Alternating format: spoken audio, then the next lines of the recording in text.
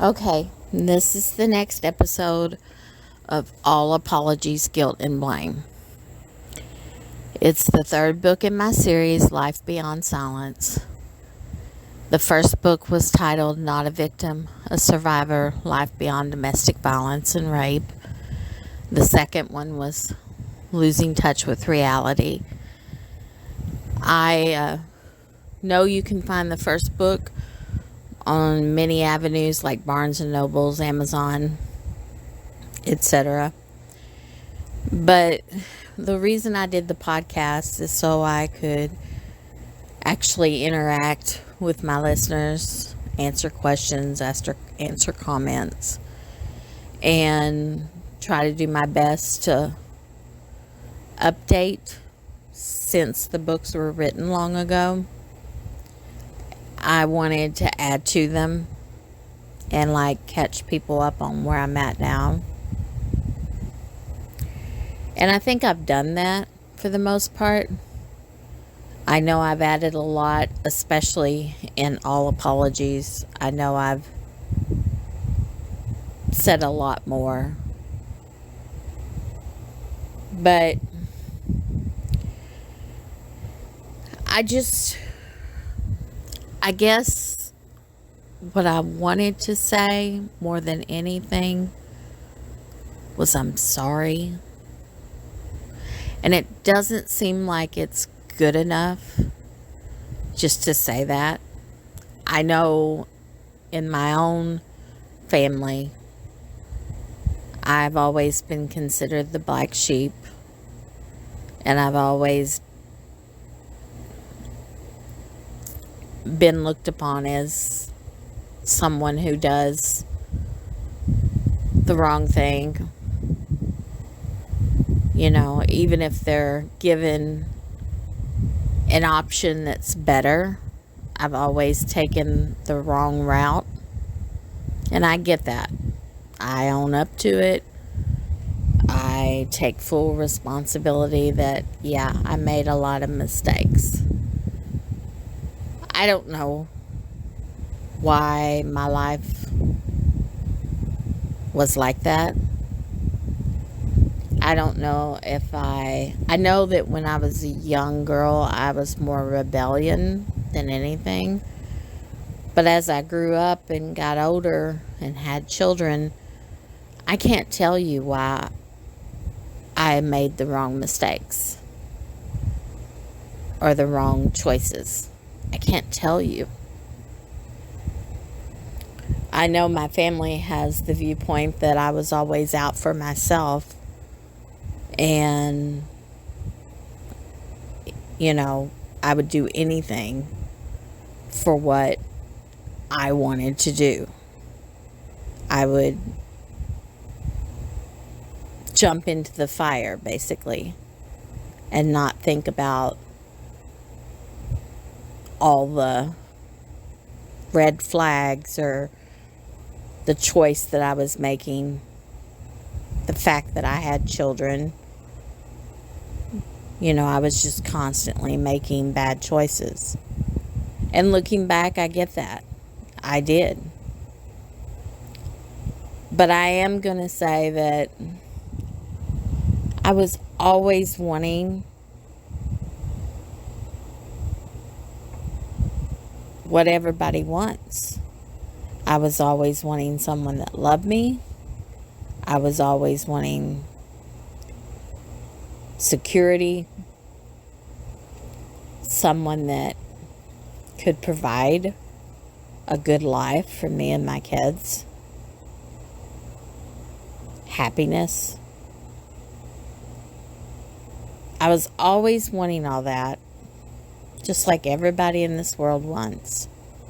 You know, the house with the picket fence, the kids play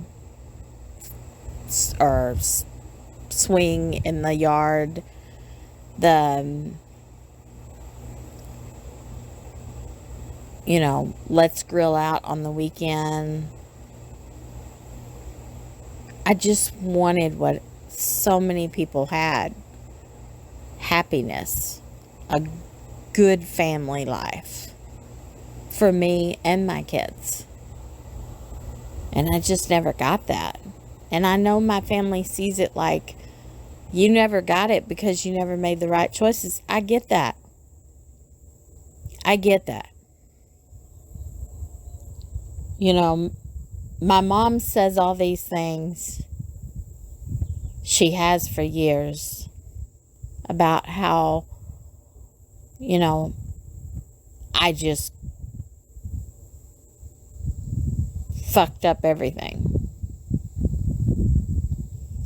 But she wasn't like seeing what I saw. When I married Matt, you know, I had big dreams.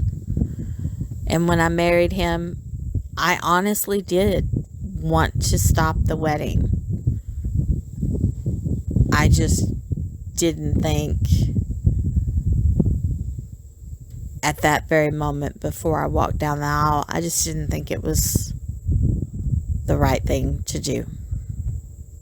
But I did walk down the aisle, and I did marry him. And I did want for something that he could have provided for. He could have. He did buy a house. We did move into a nice new home. Something that was or could have been wonderful. But he just snapped. He got cold and distant. From the time our daughter was born, he was just cold. And I screwed up. I did.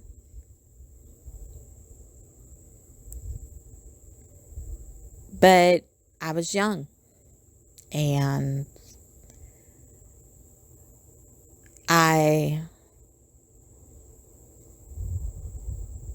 don't have an answer why I did the things I did. I just don't. Other than it wasn't the kind of life I wanted. There was no love. There was nothing. And I was truly not what he wanted. But I don't think he wanted me to walk out. And I did. And then, you know, I found out I was pregnant. And my family was like, what in the world? Like, what in the world? Now you got 2 babies. And when I was with Walker, yeah, it could have been great. And I do remember my mom saying he was pretty wild. But not once did my mother say, he will hurt you. He will physically hurt you. Not once did anybody come and try to stop it.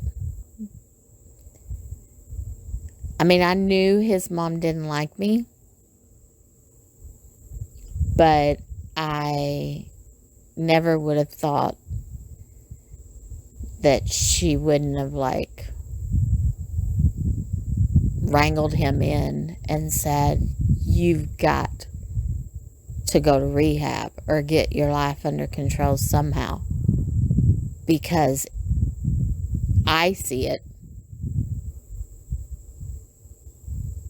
I've seen it with my own eyes. Not once. Not even after he tried to shoot me. But he didn't know what he was doing. He was addicted. Sorry if you hear things in the background. My dog is chasing after a fly. But yeah, I mean, that was my first two kids. Then, next thing you know, I'm pregnant and headed to Germany. And my family was just like, you can't take care of the two kids you have. Why would you have another one?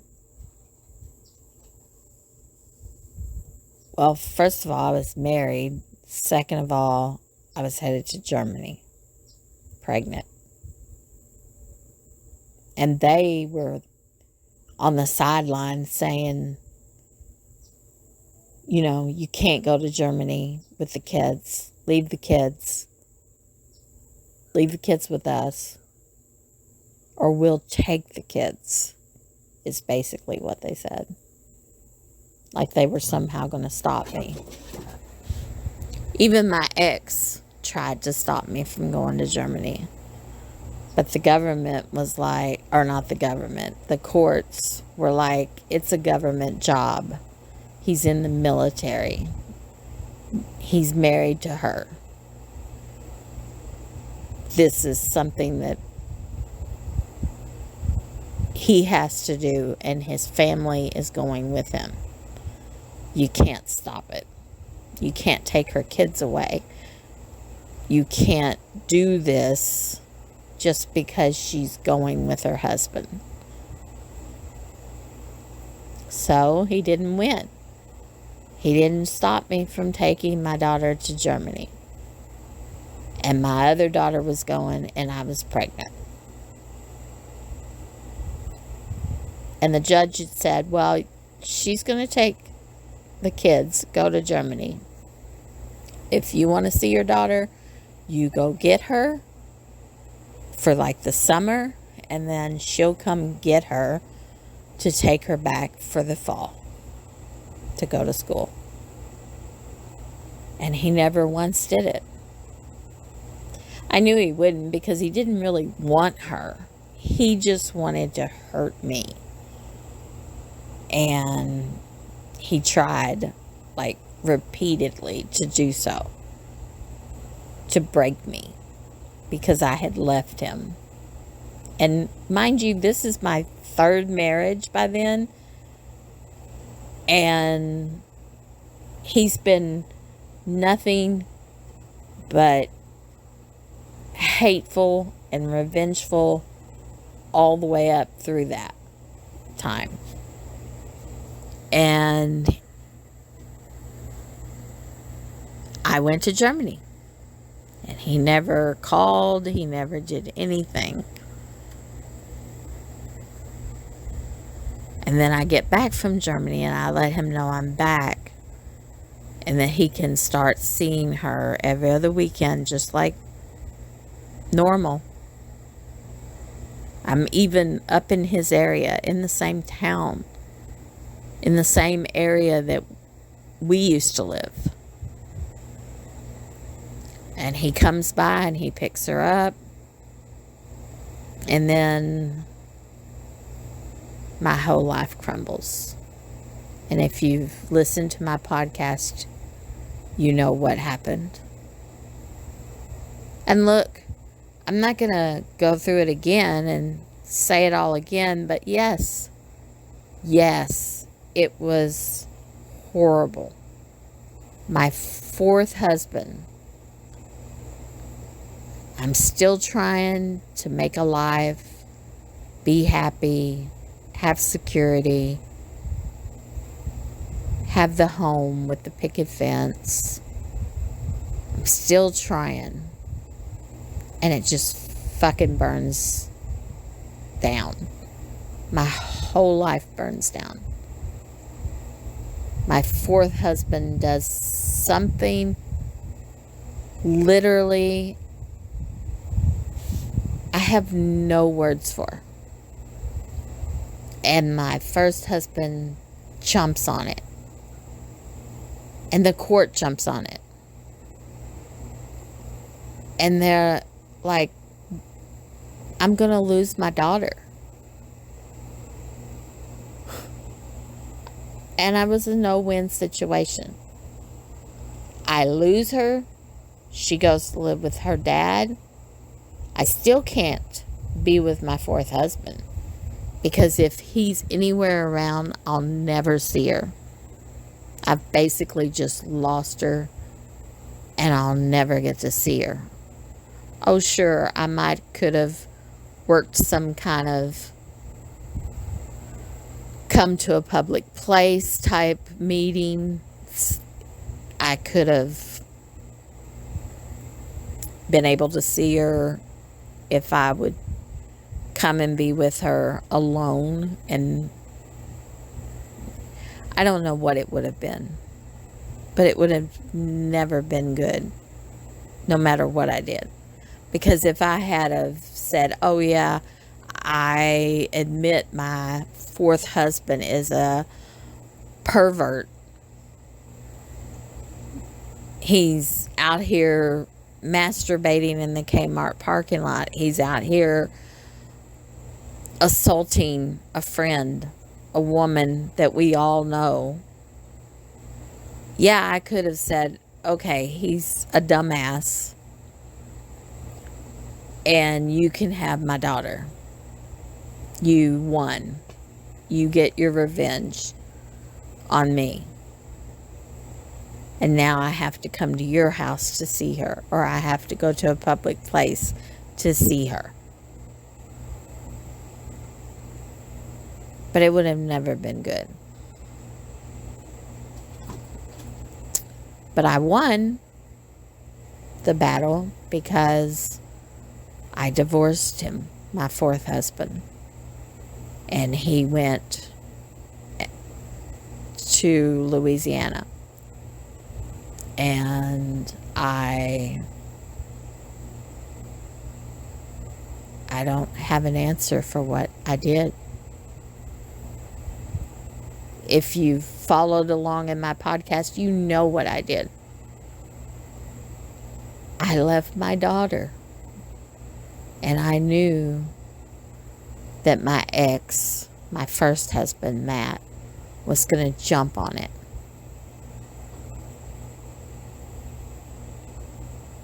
I thought I was doing the right thing. And there was nobody, again, there was nobody that was surrounding me with support. As a matter of fact, like I said before, I can remember my sister who was like, don't worry about it. You'll just find somebody else. You always do. You'll find somebody else. You'll move on. But I didn't. And I thought my fourth husband, who I thought loved me, had realized what he had done to break me, to tear up my life, to throw my life into the fire. And I thought, okay, he's sorry and he loves me. And my son is only 2. And this is his real dad. He has a chance to grow up with his real dad. And she's had 12 years with me. And she said she didn't care if she went and lived with her dad. That it was okay. Should I have even talked to her about it? No, probably not. You're right. I shouldn't have. She was only 12. I shouldn't have asked a 12-year-old if it was okay. I shouldn't have told her, if you don't want me to go, I won't go. I shouldn't have believed when she said, no, it's okay. I can go live with my dad and then I'll see you. And when I said, no, you'll probably just see your grandmother because he won't let you come see me. But I'll be back. And I love you. But you got to tell me if this is what you want to do. Because if you don't want me to go, I won't. Yep, you're right. I'm scum of the earth. I should have never done that. I should have never left. I should have never talked to her about it. I should have never believed anything she said. She was only 12. And I'm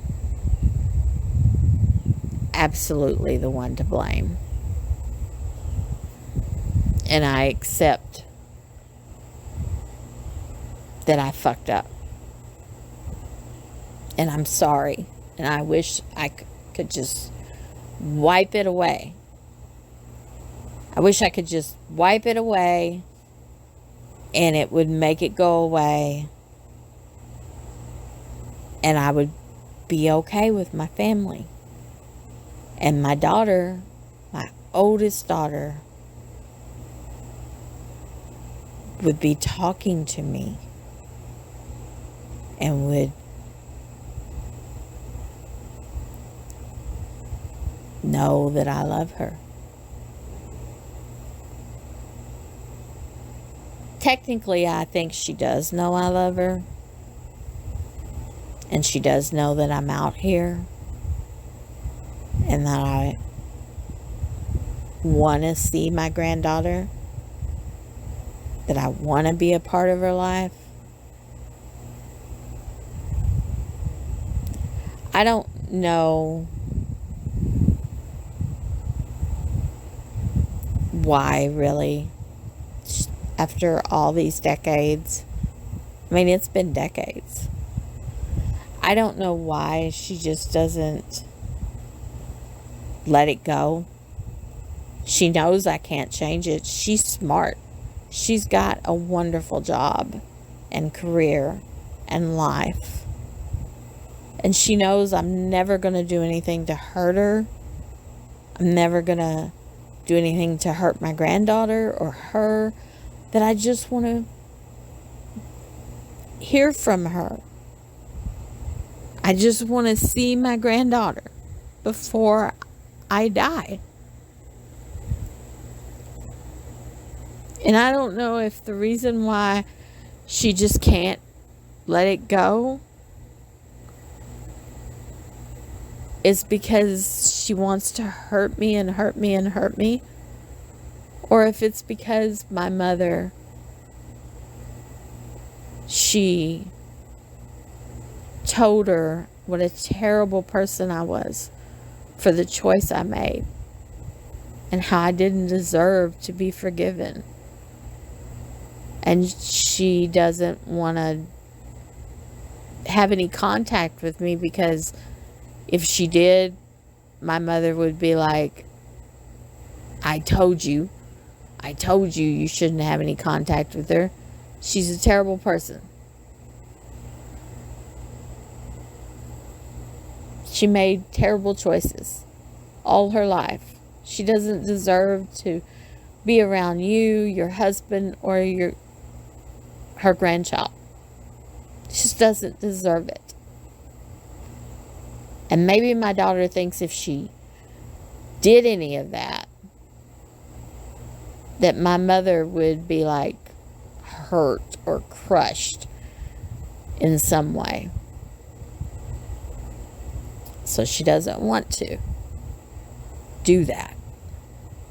But the funny thing is, everybody knows I talk to my mother. My mother talks to me. I've paid for things for my mother. And my daughter, my oldest daughter, has paid for things for my mother because my mother can't survive without a little help. And I get that because that's where I'm at too. But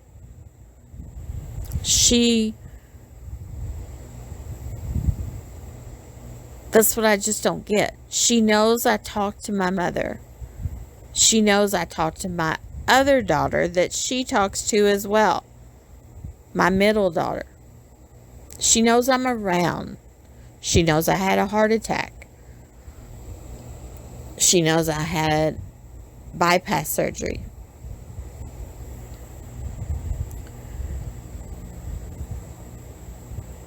But she just doesn't want to talk to me or let me see my granddaughter. And I don't get it. I know this whole book has been about me saying I'm sorry, but I don't get it. It's my daughter, my firstborn daughter, and I love her with all my heart. And my grandbaby is now 12.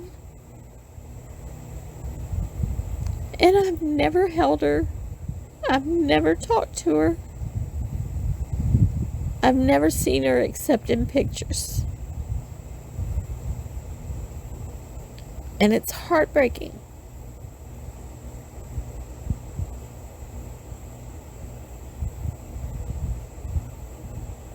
And my mother talks to me like normal about the weather, about recipes, about medical conditions. We just talk up a storm. We don't talk often, but we talk.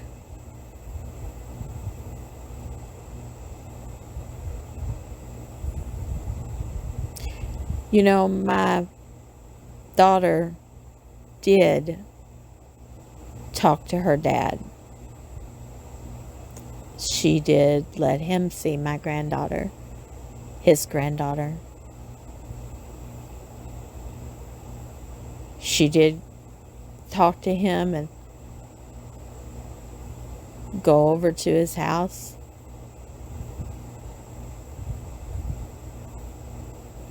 And I don't get that. And he's dead now. He died. And I know that I'll probably die. But I'll probably die without being able to talk to her. And that's heartbreaking. It's the most unimaginable heartbreak anybody could ever imagine.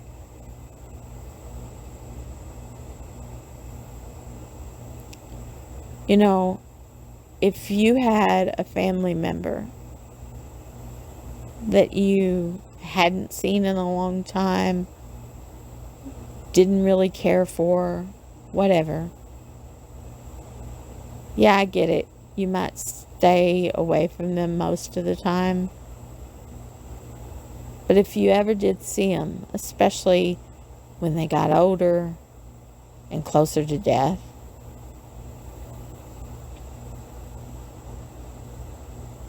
maybe you might see them at a family thing or something, you'd at least be cordial enough to say hi, even if you didn't really want to hang around.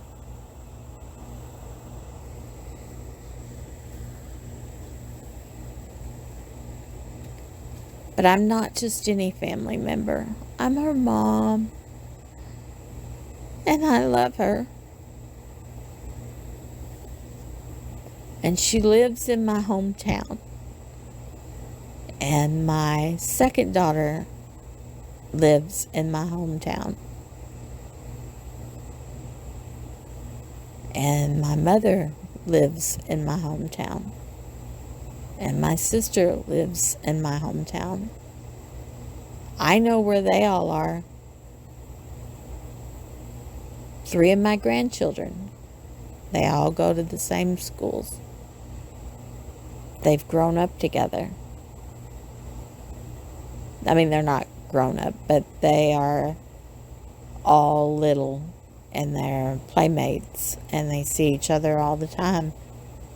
Thankfully, there's no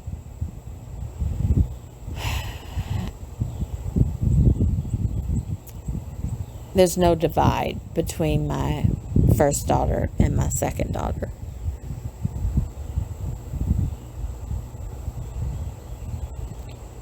And I'm grateful for that. But it's hard. I still see and talk to my second daughter. I know my second daughter knows how much I love her.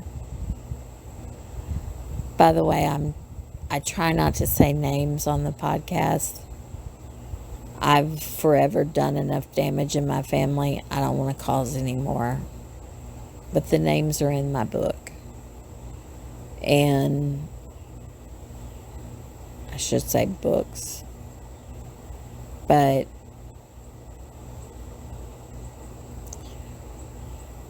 I don't know. You know, it's been a long time. It's been a really long time. I just know I'm tired.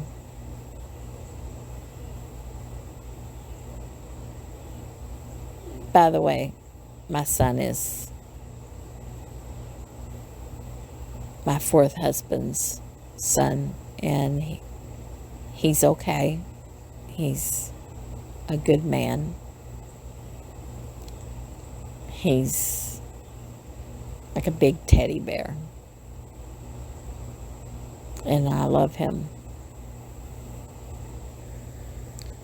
And he too speaks to me along with my youngest daughter.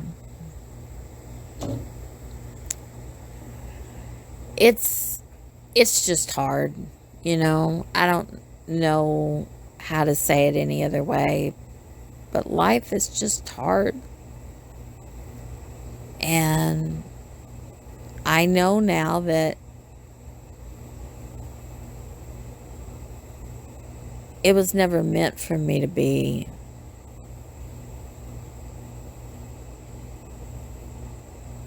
happy. You know, I made all the wrong choices, and I must have missed that turn that I should have made to be happy.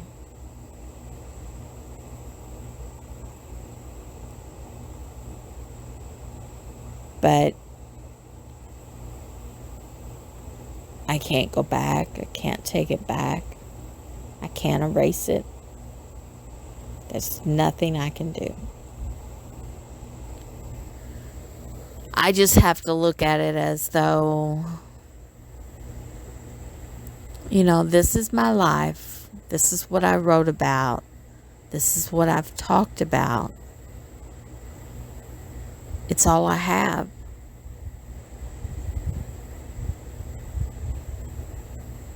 I talk to my dad on a pretty regular basis, and I know he loves me. I assume my mom loves me too. But it's hard. You know, it's hard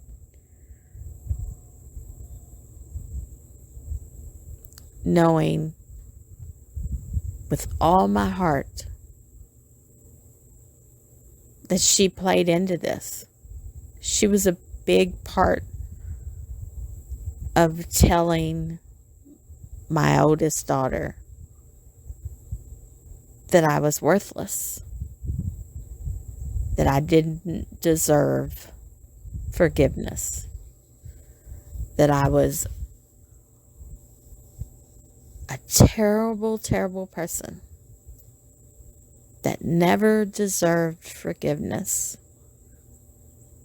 because I left her to go be with my fourth husband, who I had to divorce because my ex was going to take her, and I did divorce him. But then I just selfishly went off with him. That's not really true. I've accepted how they feel, but that's not really true.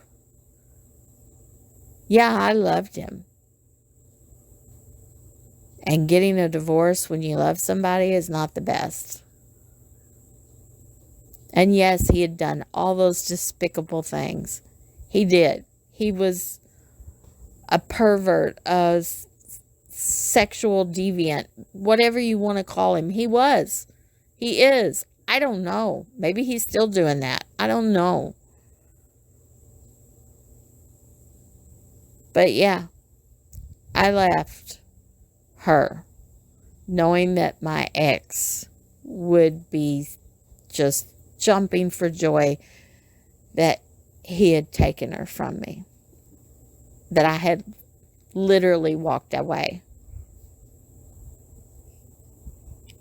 But I had a little 2-year-old boy that looked just like his dad, that loved his dad. And yeah, maybe I could have found somebody else like my sister said. But with my luck and with the way that I made mistakes, who would that other person have been?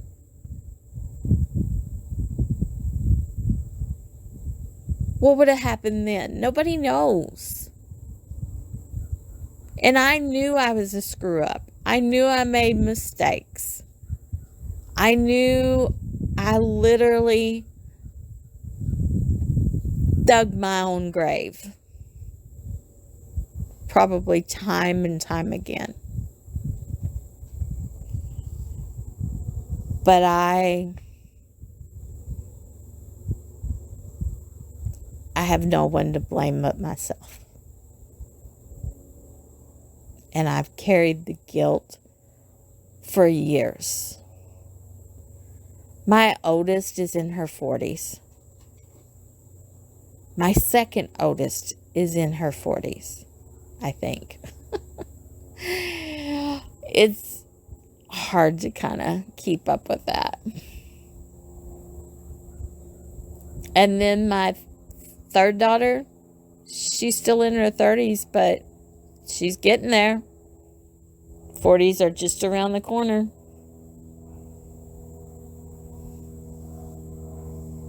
My son, sorry, there's a airplane or helicopter going overhead. Sounds more like a helicopter.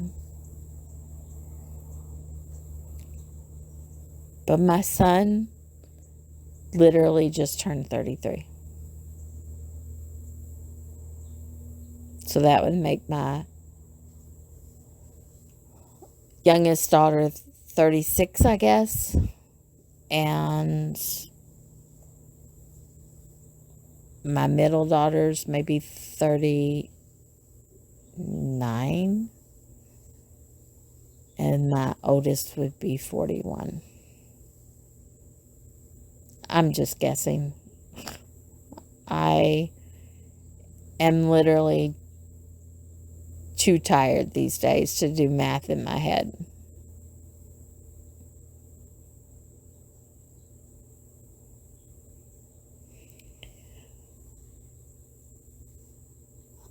I don't know what to say. I really don't. I don't have anything that I can really say in my defense. There is no defense. I just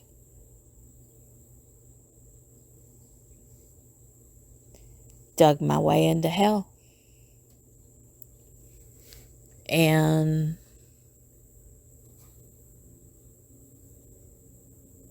all I do these days is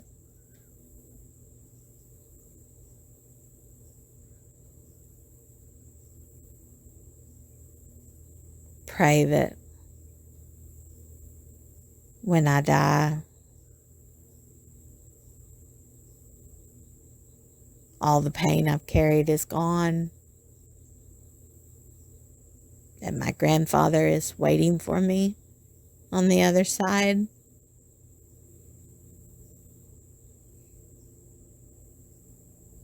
That all the people that want to say shit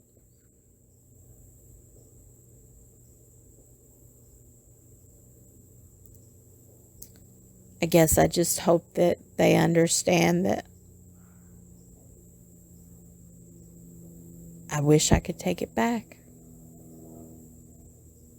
but I couldn't. There was nothing that I could have done.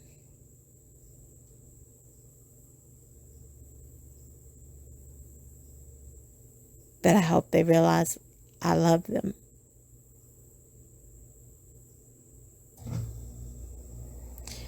If you hear a lot of noise, it's because I'm sitting outside on the back porch. And I'm sorry about that. It just seems to be the place I like to sit these days. It's quiet.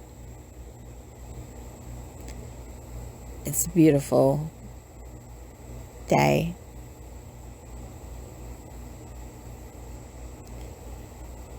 Anyway,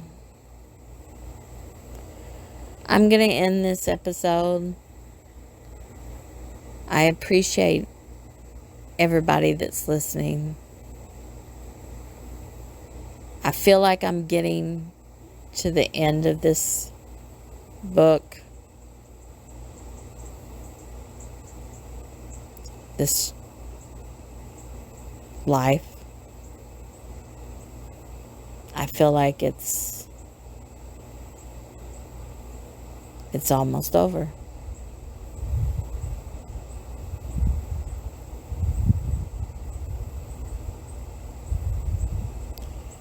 I just want to say, I don't know what Kurt Cobain had in mind when he did his album or song. I'm not really for sure about the all apology thing. I don't know what he had in mind. But from what the internet tells me, they feel like that this was his way of saying I'm sorry.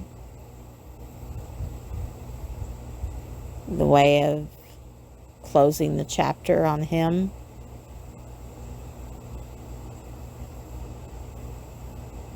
And that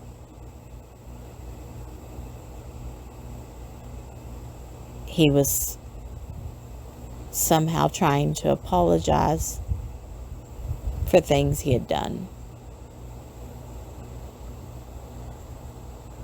Much like me. Trying to apologize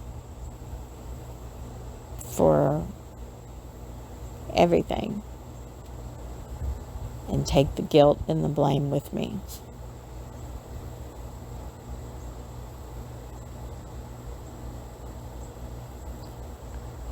Anyway, I'm going to get off here for now. Please keep listening.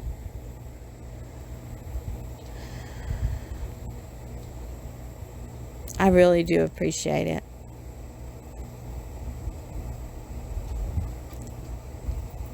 I really appreciate everybody for listening, for reading my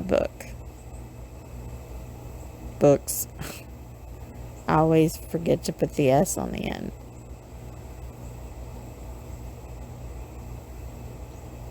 I want nothing more than for anybody suffering or carrying the pain of their life like I have, to know that they're not alone in this world. And they can survive, and they can find peace.